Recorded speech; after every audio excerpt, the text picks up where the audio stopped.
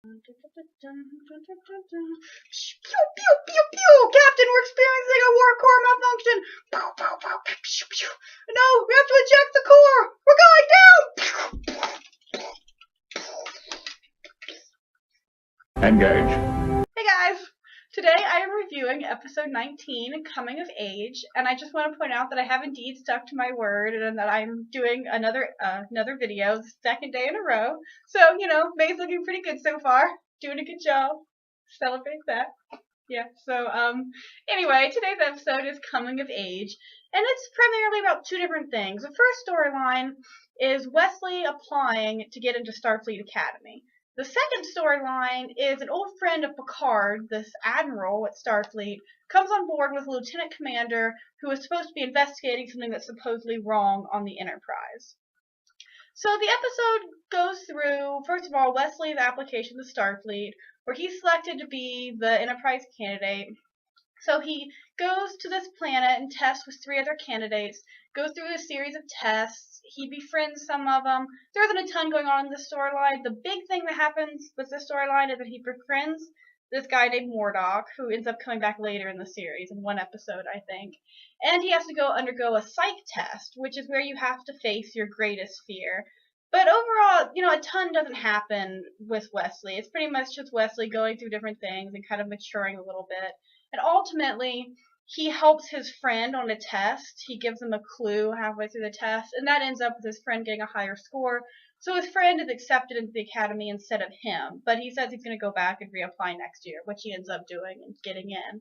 The second storyline is an old friend of Picard, this admiral, shows up on the ship with this random lieutenant commander who's in the investigative general's office, I think, and he is supposed to be investigating something that's supposedly wrong on the Enterprise. So the entire episode, he's going through and interviewing all the crew, interviewing Picard, going through the logs, trying desperately to find something wrong, and he can't find anything. So he's just aggravating everyone, and at the very end, he goes and talks to Picard, and he talks to the Admiral and said, I can't find anything wrong. So the Admiral talks to Picard, and he lets Picard know that he thinks that there's something wrong in Starfleet. That there's some kind of conspiracy, either outside the Federation or internal to the Federation, that's trying to tear the Federation apart. And he had to be sure that he could trust Picard, and that's why he made him go through all this. And he asked Picard to be the commandant at Starfleet Academy, to be in charge of the Academy, so that he could have someone there that he could trust, and that he knew that he could rely on, and someone, kind of to help him out. And Picard tells him that he will always be there for the Admiral, but he doesn't get on the politics. The bridge of a starship is where he belongs, and he turns him down, and he obviously remains the captain of the Enterprise. And that's pretty much all that happens in this episode. So I found it interesting because it's the first time that we kind of hint at something that's wrong inside the Federation. And that ends up coming back later on in the second to last episode of this season, Conspiracy, where you find out that there is actually something wrong in the Federation. And I'll review that when I get to it. But I think it's interesting that they're kind of planting the seed to it this early. And I don't really know the backstory to this. I don't know why they didn't really go further with this idea, because I think it's an interesting idea. It adds a bit of intrigue that Star Trek hasn't really had before, either this or the original series. And I don't know if maybe they thought that would be a bit too much for it. They wanted to keep it just to, like a Monster of the Week type thing, just have a new episode every time, not have a really overarching storyline going on. But they really do. They drop this for the next few episodes, and they bring it back and resolve it in the second to last episode. It's not even the finale of the series. So I get the feeling that, I don't know if they just decided they didn't want to go this route, and they were just trying to brush it under the rug, or what, but I think it would have added an interesting aspect to the show, at least to carry it on, maybe to have introduced it earlier in the season, and then kind of just bring it up every few episodes, and then finally resolved it in the finale. But I don't know. I think it would have been cool to do that. So I don't know why they didn't. But it's the first one of the few times in Star Trek that we actually do have a story arc. I know that in Deep Space Nine, kind of in Voyager, I don't really know so much about Enterprise, but Enterprise definitely. The 3 of those, they all did have not really season-long arcs, but they did have more cohesive blocks of episodes, more than the Next Generation. But anyway, as far as the Wesley storyline goes, that kind of endeared me to Wesley a little bit more than it has before, because I have a hard time viewing Wesley as a real character. I tend to just kind of view him as, I don't know, he doesn't have a lot of depth to him. I tend to view him just as like either Gene Roddenberry's fantasy to be him, or as just, anyone else who wants to be in Star Trek and wants to be, the boy genius. But in this episode, they did add more depth to him, and he's kind of starting to grow on me as I watch it, the second, third run through. And I really like that they showed him, interacting with more people his own age, because on the Enterprise we don't see that. We see him, talking to Commander Riker, Picard, his mother, working in engineering, and you don't get him actually interacting with people his own age. So he can get kind of annoying when he's, talking to the main character of the show, but when he's talking to equally annoying 15-year-olds, it makes it, I don't know, it makes it more interesting, it makes it more realistic.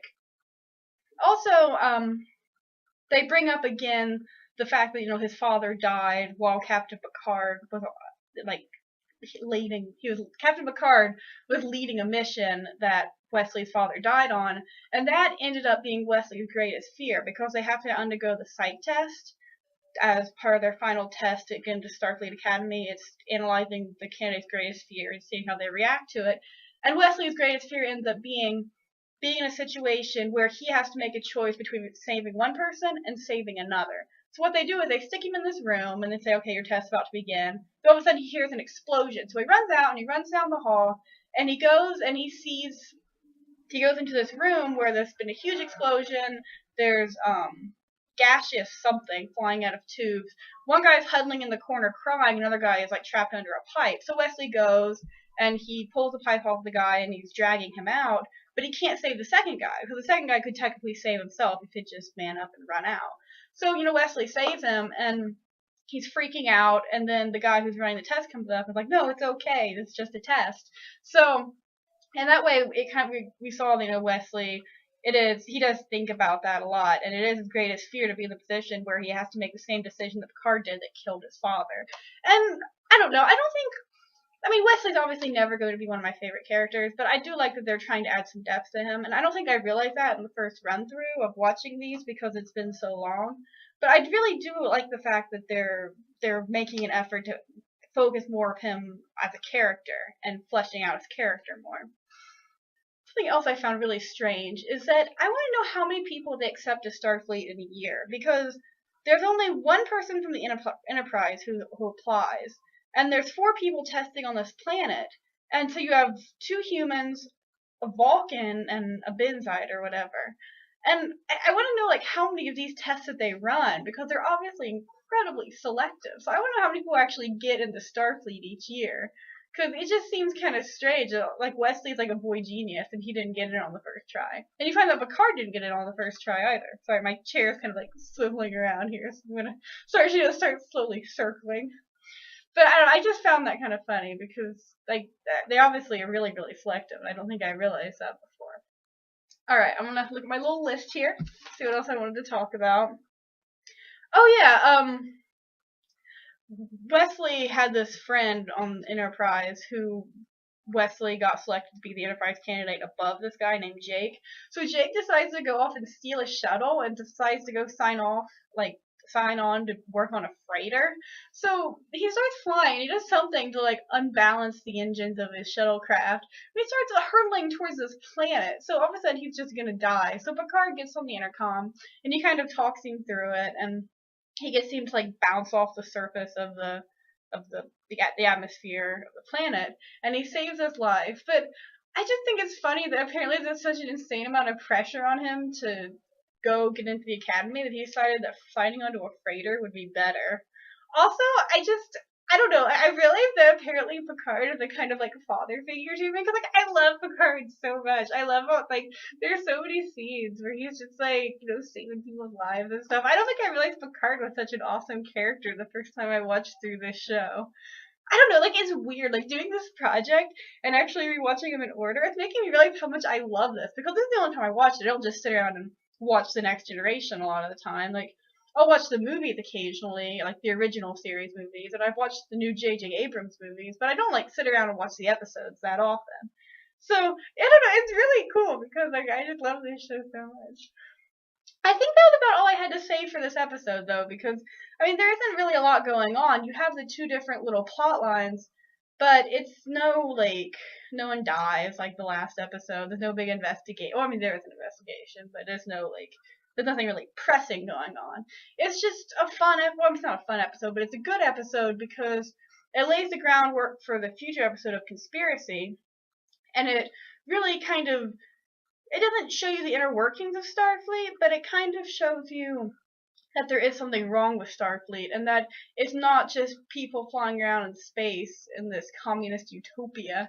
There's actually a lot of politics going on. And this stuff, it comes up a few times throughout the Next Generation. It doesn't come up a ton, but I think it's kind of cool whenever you do see into the Federation, especially episodes about the Cardassians, where you get that there's a lot of things wrong with the Federation and with the Maquis. And I feel like this episode is the first one that's kind of starting to take a hard look at it, and it's starting to move away just from, being on the Enterprise and everything being great, to show that it is a real world with real problems. And I like that about it. And I don't know if you can hear, but there's a plane flying over my house. We live really close to an airport, so we have planes flying right over every once in a while. So I don't know if you guys can hear that or not, but anyway. And I also like because, Wesley is starting to become a real person. Oh, there's this one part where this girl is like, gosh, Wesley, it's a good thing you're cute or else you sure could be obnoxious. He's like, she said I'm cute. It reminded me of Rudolph the Red-Nosed Reindeer, where I forget what the girl ranger's name is, but she says something to Rudolph and he starts flying around. That's just what made me think of, because Wesley is just so completely ridiculous. He's like exactly just that goobery Rudolph character in that second. But anyway, I think that's about it. There isn't a lot to say about this episode, which I feel like I end a lot of videos like that, but honestly, not a ton happened. It really is just a build-up episode, because it's a build-up for Conspiracy, and it's a build-up for when Wesley eventually does get into the Federate, or get into the Academy. So thanks for watching, and hopefully I'll have another one coming up soon.